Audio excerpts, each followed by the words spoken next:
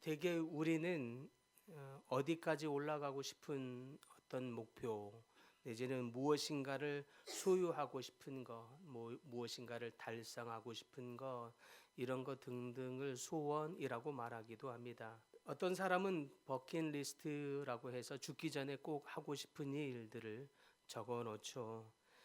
그런 일들로 여러분들은 무엇을 하고 싶은지 궁금하기도 합니다.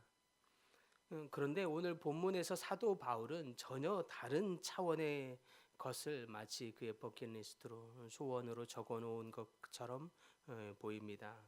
그의 소원은 어떤 무엇인가를 성취하는 일이나 무엇인가를 꼭 달성하고 싶은 일, 이것을 적어 놓은 것 같지는 않고 오히려 그의 소원은 사명이었습니다.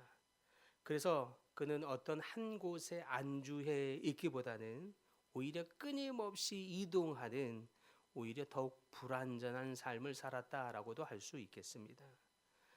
바울은 당시 세계의 중심지, 그리고 세계의 강력한 나라를 라고 할 수 있다면 그 당시에는 로마라고 할 수 있었는데, 그 로마를 거쳐서 땅끝이라고 여겨졌던 서바나, 그러니까 지금의 스페인까지 가기를 열망했습니다. 오늘 우리는 이 짧은 구절을 통해서 오히려 정체된 신앙을 일깨우고 오히려 우리의 사명의 지도를 다시 그리도록 하는 이 바울의 뜨거운 심장을 만날 수 있기를 소망합니다. 때로 많은 사람들의 경우에는 신앙생활을 하면서 더 안정적인 삶 내지는 더 안락한 삶, 더 평안한 삶에 머물기를 원합니다. 때로는 그것이 복이라고 여겨지는 경우도 있죠. 그래서 때로는 기도할 때에 주님, 우리 가정에 더욱 안정적인 삶이 되게 하시고 안락한 삶을 주시며 더욱 평안한 삶이 되도록 주님 허락하여 주옵소서 기도하기도 합니다.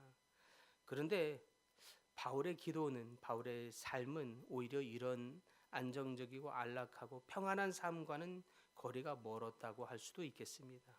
오히려 복음 전파의 사명과 그 소원을 위해서 기꺼이 그는 안정적인 삶을 포기했고, 그의 인생을 보면 오히려 예수를 믿고 난 이후의 인생을 보면 겉으로 볼 때는, 외관으로 볼 때는 얼마나 많은 풍랑을 겪었는지도 모릅니다.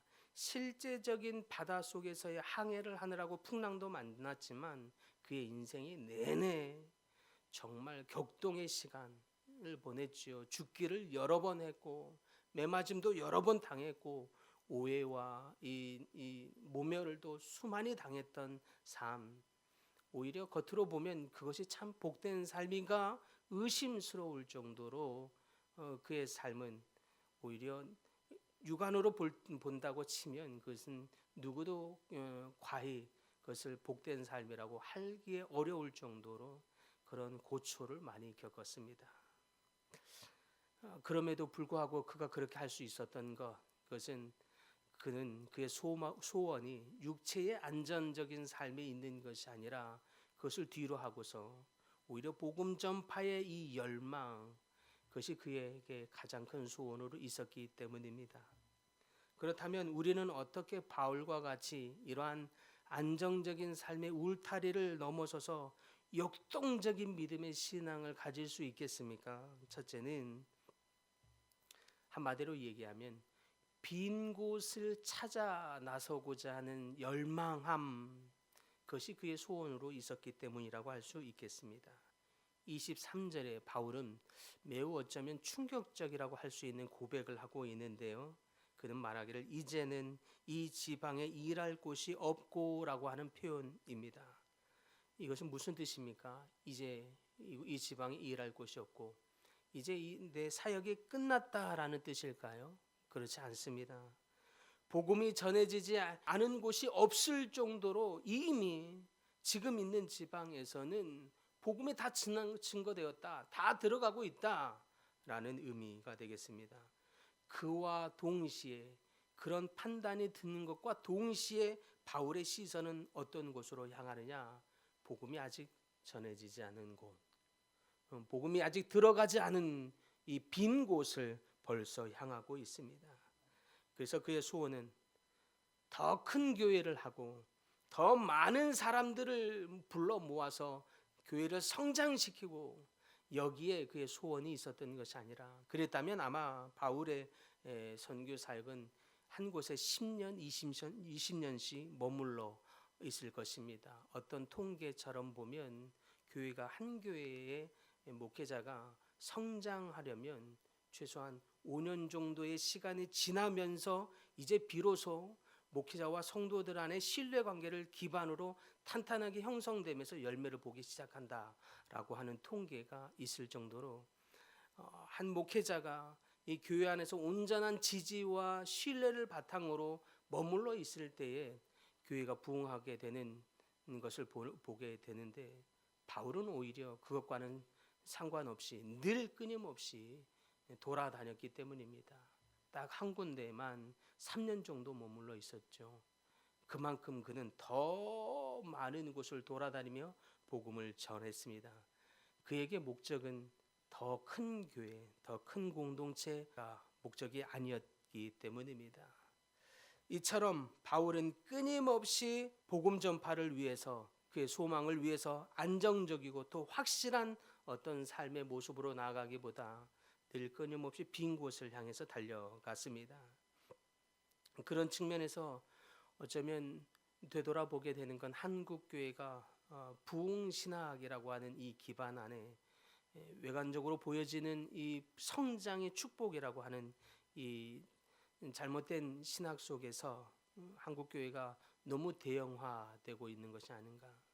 너무 대형화된 것이 오히려 덜어는 어떤 교회는 이 본래의 취지와 목적대로, 하나님이 부으신 축복대로 하나님의 뜻을 잘 이루어가는 교회가 있는 반면에, 어떤 교회는 재산의 문제로, 타락의 문제로 분열하게 되는 이 안타까운 모습이 더욱 되돌아보게 되는 이유이기도 합니다. 근래에도 제가 존경하던 한 목사님이었으나 자식을 이렇게 개척을 시켜준다는 어떤 명분 속에서 수십억을 요구하는 이 사건으로 인해서 참 지금 시끄러운 시즌을 보내고 있는 것도 안타까운 마음입니다.